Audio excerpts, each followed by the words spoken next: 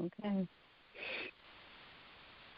The Peru calls came because the mountains told me that it would be good for people to come to know why Peru. What makes Peru different than so many of the other sacred places throughout the world? It is not that Peru is above or better than any of those, because that most certainly is not true, but rather that Peru itself is one of the vortexes, if you will, or the major nodes of knowledge, of wisdom, where of all the equal and important bodies of knowledge and wisdom that was given by the ancients throughout this world and seated in this world, Peru is one of them. If one were to look at the energetic grid itself, one would be able to actually see how they are all interconnected. Wherever else they may be in the world, they are interconnected. That is so.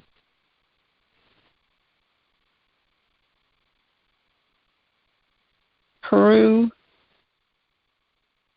the Incans, Mari,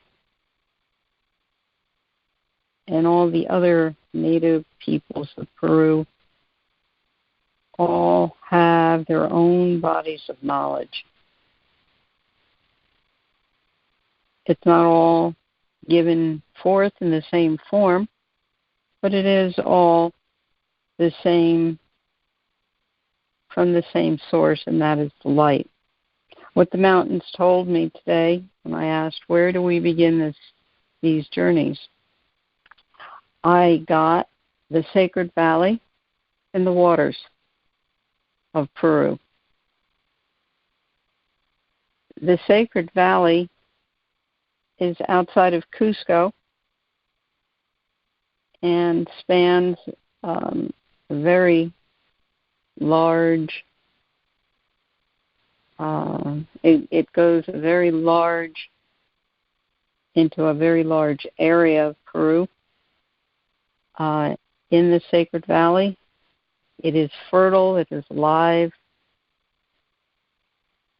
We can be driving through the sacred valley, going from one place to another, and we can be driving through fields that are just natural. And they can be of, yes, corn, but of quinoa and of other fruits and vegetables and grains that grow there, potatoes, onions, avocado. What is the difference then of those places than places like that where here we have in this country? When they're clean, it's very much the same. It's when they are filled with toxins of any type is where you can feel the difference. So when we are driving through these areas, we are feeling the new life, the abundance, the nurturing, simply feeling satisfied by just simply being in those areas. This you will find everywhere in the Sacred Valley. Everywhere you go, you're going to find this. The cities, the towns, I should say, the villages, are nothing at all like what we find here in the States. They're far apart from each other, for one, and they're built in a way of Ayllusuyu. Ayllusuyu, the Quechua word for community, Ayllusuyu. The people who live in these places, many of them have llama or sheep or other animals, chickens, even guinea pig. The difference is that all that they have there are nurtured. They're not looked at things to be used up by man. The idea of caging and penning in any of that life is foreign to Peru, to the people that live there in the Sacred Valley. So you can be driving anywhere or walking or however your conveyance might be, and you're going to find herds of llama that somebody is tending, but they're free-range. What is the term free-range? That they're not penned in. They're cared for, but not penned in, so they go wherever they will. How do you know the difference? They tie bits of yarn into the ear fur of the llama or whatever critter is there, and so they know who lives with who. So life, the pulsing life, the living energy of living Ayllu flows through the Sacred Valley.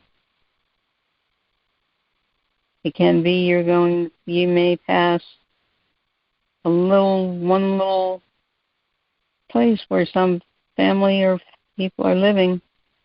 It might be just their little expanse there. But if you were to ask them, do you own this land? They would say no. We are only tending it. We are only keeping it. But we don't own this.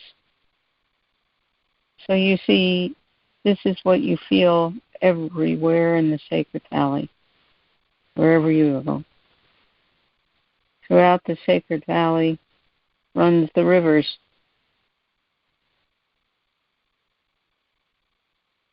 The Orobamba River. There's other rivers too, Vilcanoca, Nota, and there's others.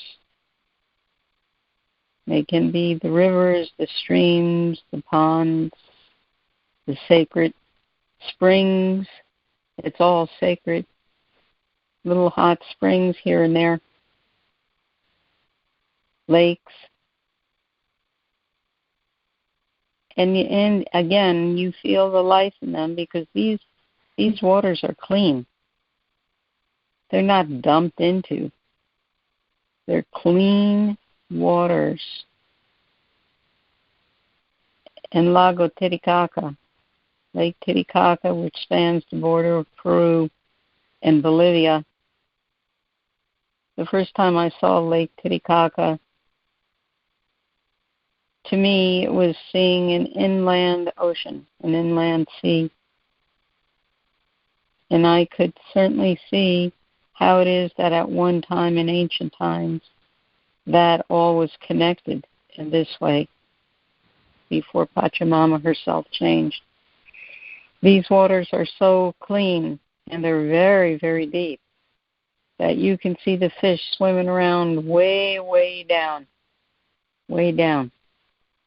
Living waters. We have been in these waters in Lake Titicaca and waters throughout Peru, the rivers, other lakes, springs, bathing pools that are natural, not man-made. I can tell you that even now, as these waters of this ancient sacred land are flowing here through with us, that you can feel these waters. Even in this moment, with thanks, let those waters flow through and around and over you. Drink of it. Bathe. Let those waters cleanse you. For this is what we do when we are in Peru. In any of the bodies of water that we are close to and we know to go, they just wash you clean. These can be way up in the Andes, high in the Andes at 16,000 feet, 17,000 feet. There are lagunas on the mountain Apu Kuña. There are 2 lagunas. These are known as the Jaguar Lagoons. Otarangalu Laguna.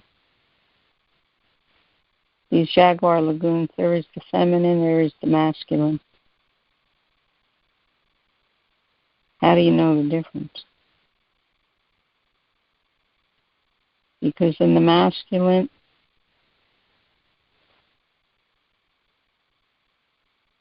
all that is within you that has been projecting is brought right out for you to see.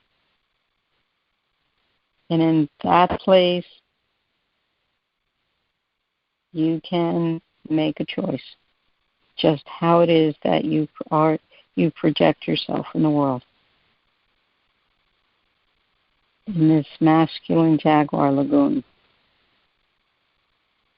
Otarango. Jaguar. In the feminine. This itself, this is a womb. I have been in this pool, in this laguna. And truly, truly, there is a birthing that happens. It is though that you are standing, it was as though I was standing in the womb of Pachamama. In the waters, the placenta, if you will. And when ready, burst forth into new life. Further up, about 17,000 feet, there's the Rainbow Lagoon. This is a laguna of changing rainbow colors, quite literally changing from one color to another. In this place, way up in the Andes, there is a family who lives there. Don Mariano was the man, the shaman, with whom we work, but he's passed some years ago. His son, Gregorio, has now taken on and is now following his father's footsteps. So feel, perceive, be there. In this rainbow lagoon, the clouds so close to the mountains you feel as though that they are touching them. But all you'd have to do is reach up and touch those clouds.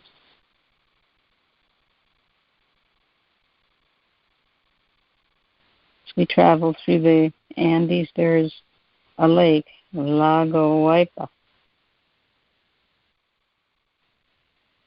This is a beautiful, beautiful lake.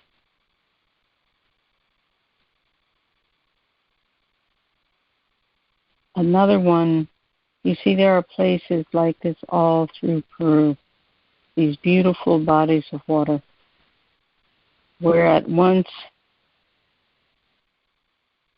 you birth, you die, you birth anew into new life. Throughout the Andes, everywhere you go, be assured you're going to find water, and it's going to be clear, and it's going to be clean. And it's for you to know that you can be with those waters and feel their healing, life-giving sacredness.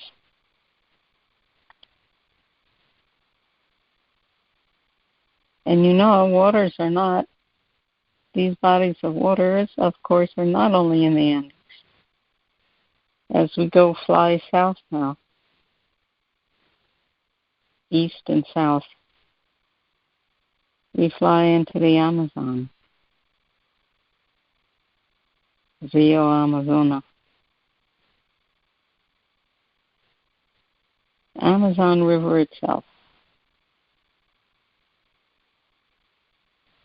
Yes, indeed, it is pulsing with life. Not only energetic life, but certainly physical life, too. There are places in the Amazon River that no, not for you to go swimming in. Because you could be somebody's dinner in order to do that. But having said that, there are places in the Amazon River, indeed, you can go into, because we have done exactly that. Gone swimming right in that river, gone right into that river up to the neck.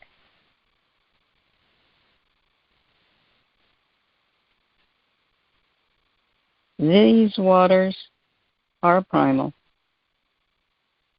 in many ways primitive.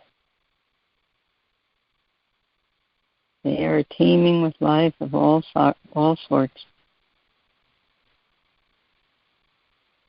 And being in these waters,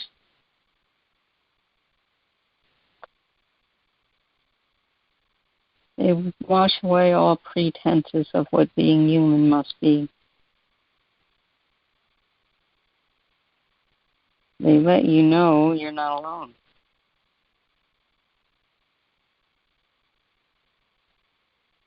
There are places where there are mineral mud, the kind of mineral mud that people will go to spas and spend thousands of dollars to have this mud slathered on. Well, come to the Amazon with us and it won't cost you that much. Because we'll just take a boat down to one of these places and just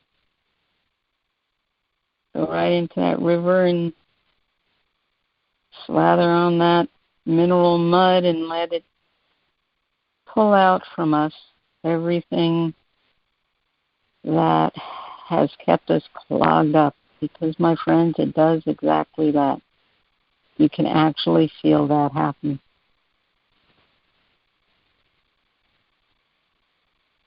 At night, we don't go in the river, because that is when many of the wild critters that live there go to the river, because that's their time, that's meal time for them. But we can certainly watch it. The moon, the Mamakila, turning those waters into jewels, sparkling jewels.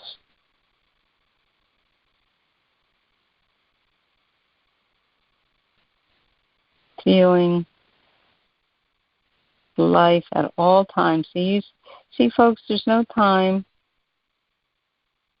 that you can be in those waters, whether it is in the Amazon or the waters in the Andes, and not feel pulsing life.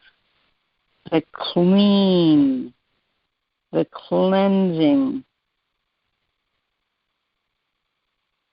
It is a sense of clean that cannot be described, only felt. So let us go into those waters of this ancient sacred land of Peru. Let us go into these waters. Let those waters, even as you approach, Open up. Feel those waters.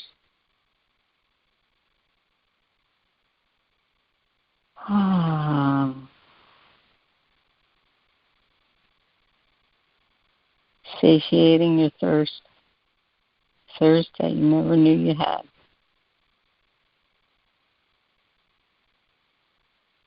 Washing you cleaner than you've ever been before. Letting those waters flow within you.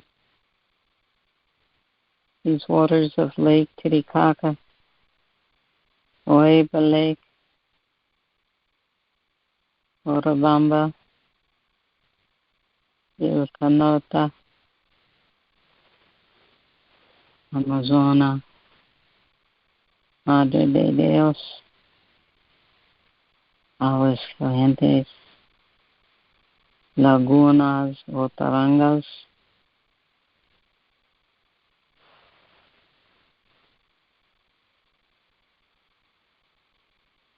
the waters of Kilarumiyo. The waters in this place, Kilarumiyo, the temple of the moon. The place where we go to cleanse is again a womb flowing from her to us and washing all that no longer serves away. Stand there now. Stand there now at the opening of this womb.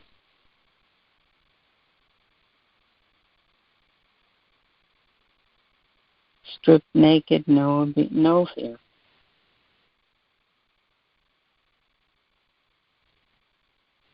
Letting those waters come. This moonlight.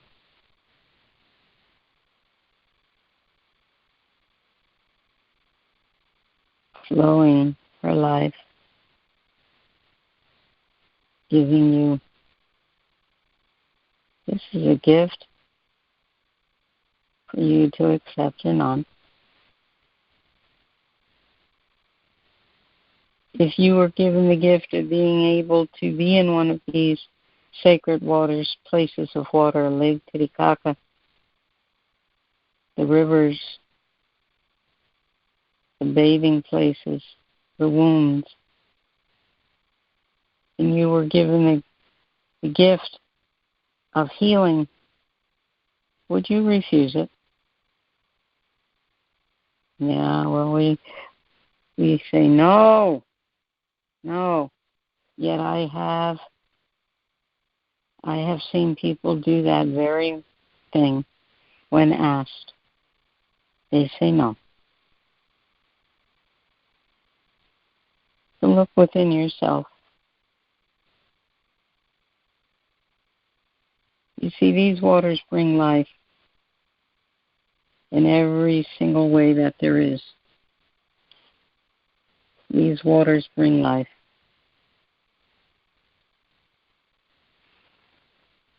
They wash you clean. Healing hurts that you didn't even know you had. Healing what you don't even know needed healing, wanted healing. But they do.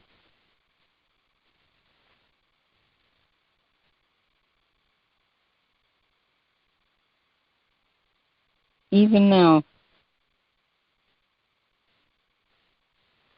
as we are now traveling through the sacred valley, these waters flowing with us.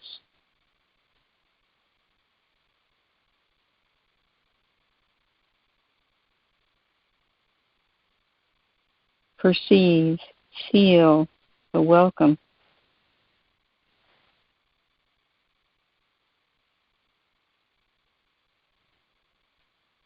Feel, perceive, taste the cleanliness that goes deep within.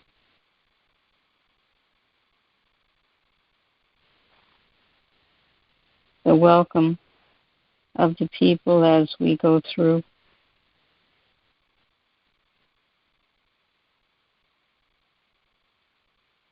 See, perceive how these very waters, we well know, gives life to all. How it is that these people honor and respect and do not take it for granted that the water is there. Perceive that. You know, it's very easy to turn on the faucet and get some water and not even think about it. It's very easy to go to a store and buy a bottle of water and not even think about it. You know, because it's just something you have. And as we well know, there's places throughout this earth that does not have much water in abundance at all. Very difficult for the people to get water. But the water is there. So the waters of Peru, this sacred place, these sacred waters, where is it that we reach within ourselves for the waters running, flowing through us? Have any of our own wells gone dry? Did they show us these things? Where is it flowing? Are they limited, held back in the flowing to others? How often is it that these waters flow to others but not to yourself?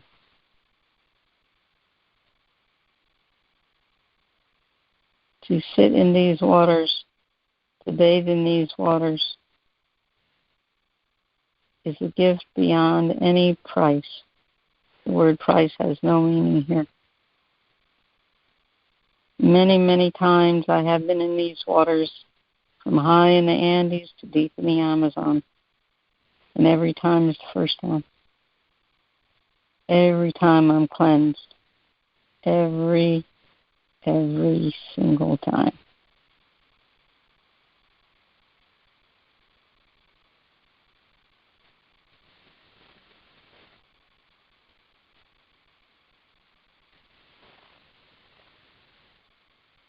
All through the sacred valley.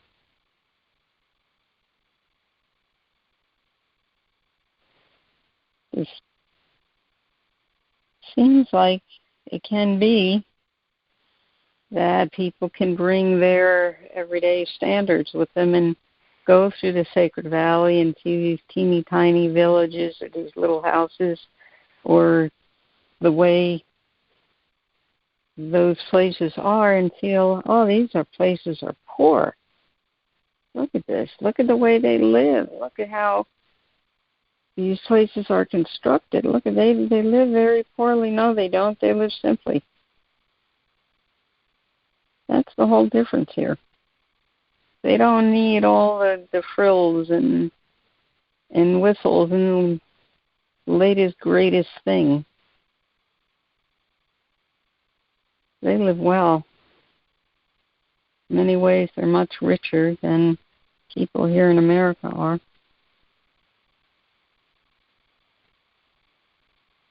They live in these communities knowing that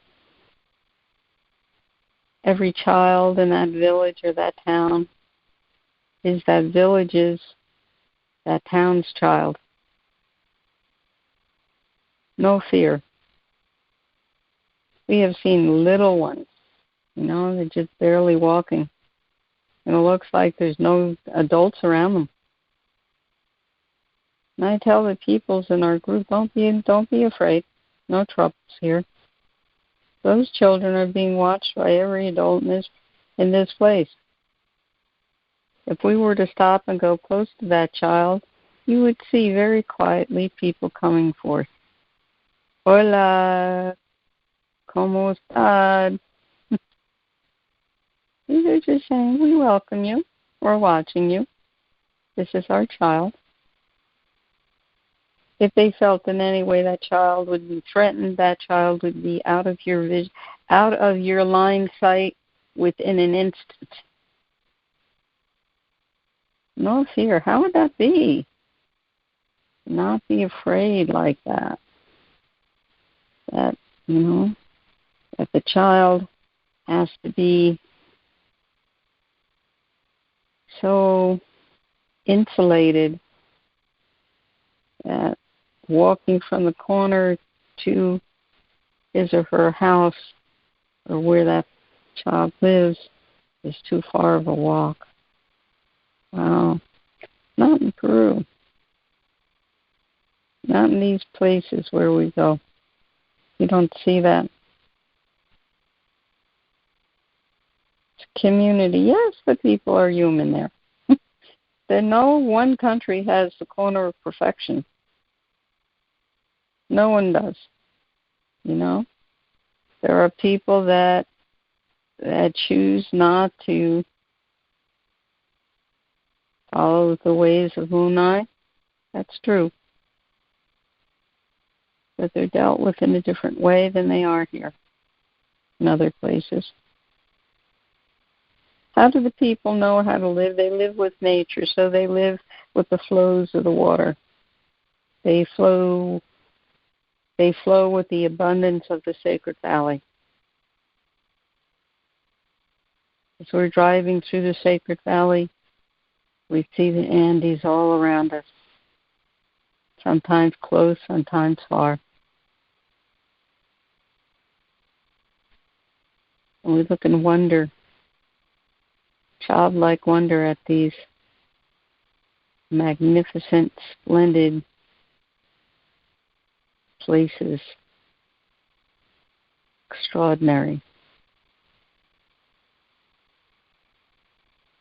We feel protected. And I wouldn't even say protected. There is no fear. Simply we are one. We feel it from the very stones in the mountains, from the waters, from the land. When we eat the food, we feel that as it enters our body. We drink the waters. We feel quenching thirsts that we didn't know we had. How would it be to be in these waters? How would it be? There's a woman I know who is a shaman who lives in a town called Ollantaytambo.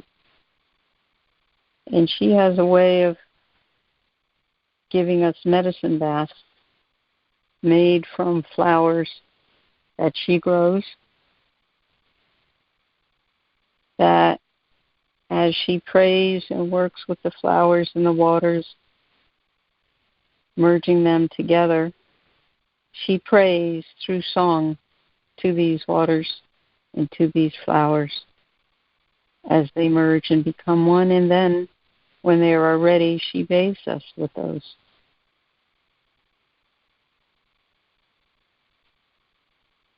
You can feel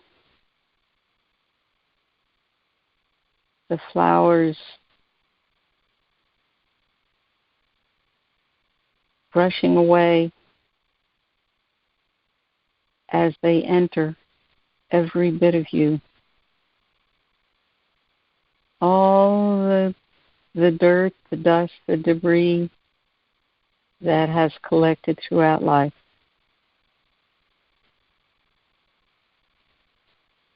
One man who did that came and did that and said, as he was sitting there, he's stark naked in where the bathing pool was. And she came and she began praying in sacred ceremony and singing to the mountains as she was pouring these waters, these floral waters, over him. Before she came, he said his first thought was, here I am sitting naked in a tub, what in the world? And then she came and she did that. After that, he said, the person who said that is no longer alive, is no longer here. I want her to come back and do it again. Can we do it again? How would that be in these places? See, the waters also come in the form of rains. Because you see, when the water wants you, the water will find you in Peru. Quite literally, within the space of a flash, you will be soaked to the skin and loving every bit of it. This has happened any number of times. I think of a time at Machu Picchu, particularly when that happened, where we just quite literally were flooded.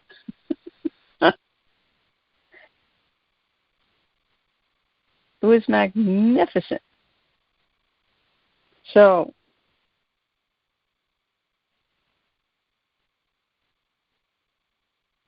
as we sit in these pools, in these waters, just relaxing, resting, calm, Joseph, I'm going to ask you to open the phones. And if whoever is there would like to say anything about what they now know about this, about these waters, about this place called the Sacred Valley.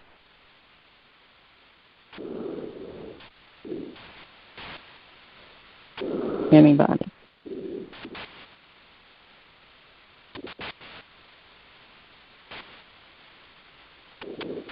You have a mouthful of water, you can drink it, and then if you've got something to say, you can say it. Joseph, I know you've been to some of these places. Oh, yeah, sure. I'm sorry. I must have not heard what you said. Can you say that one more time? Well, you were in the waters. Yeah, I was underwater. You were underwater, yes. Just what anybody, you or anyone else, you've been in some of these waters. Anyone else is there who has now journeyed through in these waters in this Sacred Valley would like to say anything, please do. Well, I mean, what comes to mind when you say that is at Kirumuk, or however you pronounce that. I think I pronounced it correctly. But no, it was very clear, very cleansing, very healing. And, you know, I drink a lot of different spring waters. And that was a flowing spring from the mountain right underneath Temple to the Moon, or Temple of the Moon. I guess it could be both technically, but yeah, it's just very cleansing and healing, and you know, that's really about all I wanted to say. Anyone else who's with us? Anyone want to say anything about this?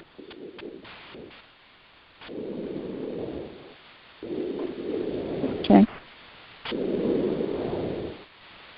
I do want to say this, to be clear about these embodied journeys to Peru. This is not as a promotion for anybody to come to Peru with us. That's not what the intent, and never was. Certainly, we would be delighted to have you be with us, but that wasn't the intent. The intent is for you to come to know why Peru. This is what it was all about, and still will be. In 2 weeks, when we have the next call, the mountains will tell me where we will go then. I know we're getting close to the close of this call, so I don't know who's with us.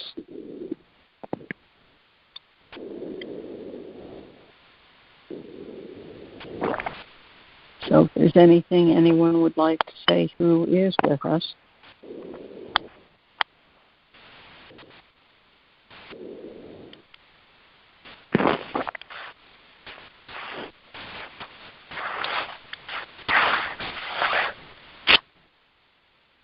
Okay. You can mute the calls one more time again.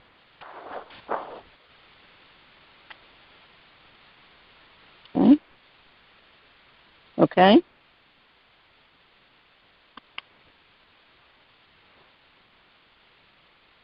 We use in sacred ceremony different waters, known as Florida water, agua de Florida. We use other waters, violet water, rose water, and other waters. These all carry that embodiment of the waters of Peru.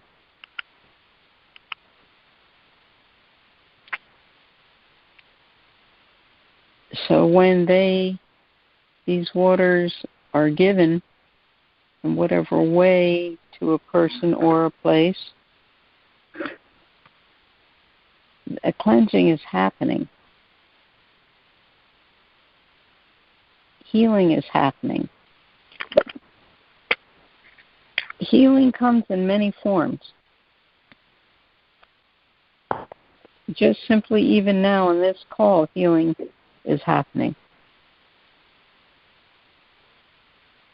So consider what it's like to be in a place where there are bodies of waters, and you're in those waters,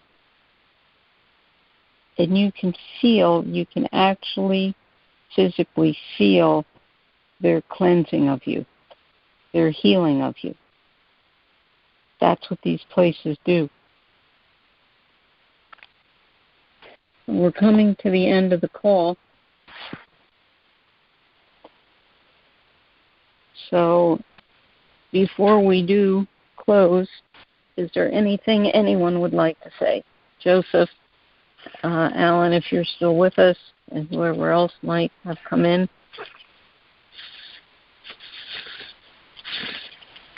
Please do.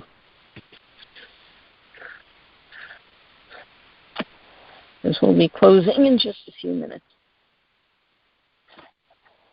Thank you, Fran, as always.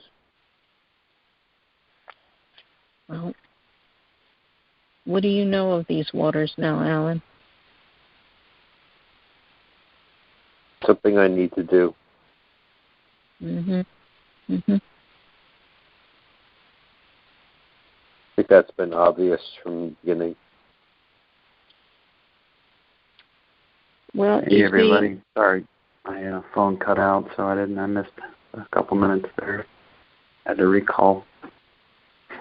So understand, too, the waters flow throughout the Pachamama.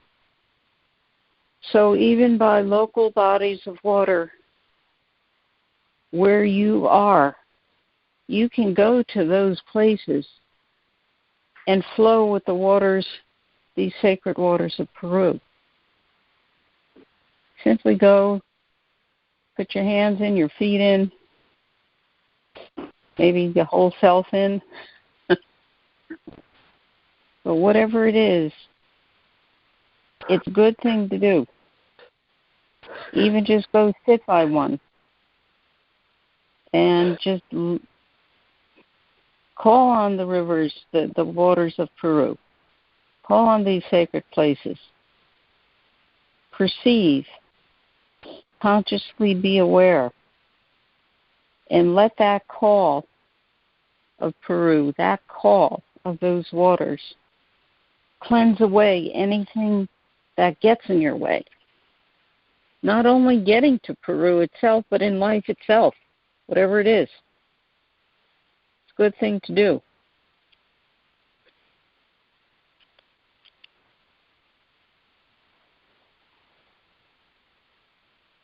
So anything more anyone wants to add before we do close?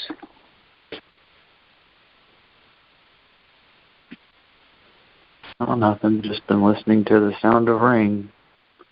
Gives me a new appreciation for it. So thank you, Fran. Yes. It's a wonderful thing to go out in the rain. To just go sit out in the rain. It's really a very wonderful thing to do.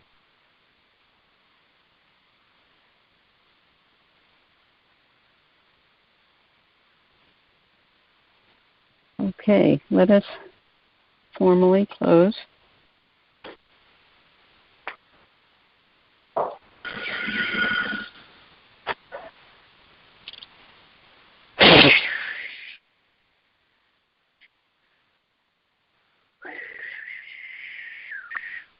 Sulfaki hatun wilka wirakochi.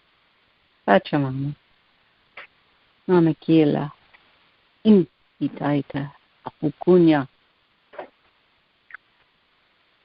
Hatun wilka una. Hatun wilka wira. Hatun wilka aipa. Hatun wilka nina. We thank you all, sacred ones of light, sacred waters,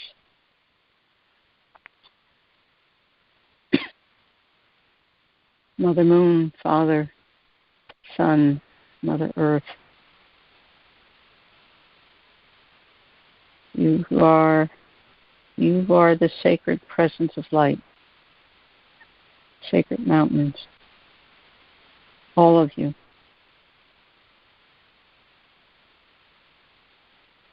We thank you. In Fukui, your thanks.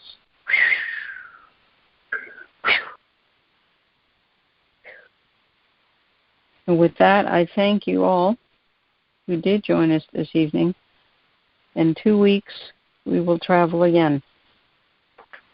Thank you. All right. Thanks, everyone. Good night. See you in 2 Good night. weeks. Bye-bye.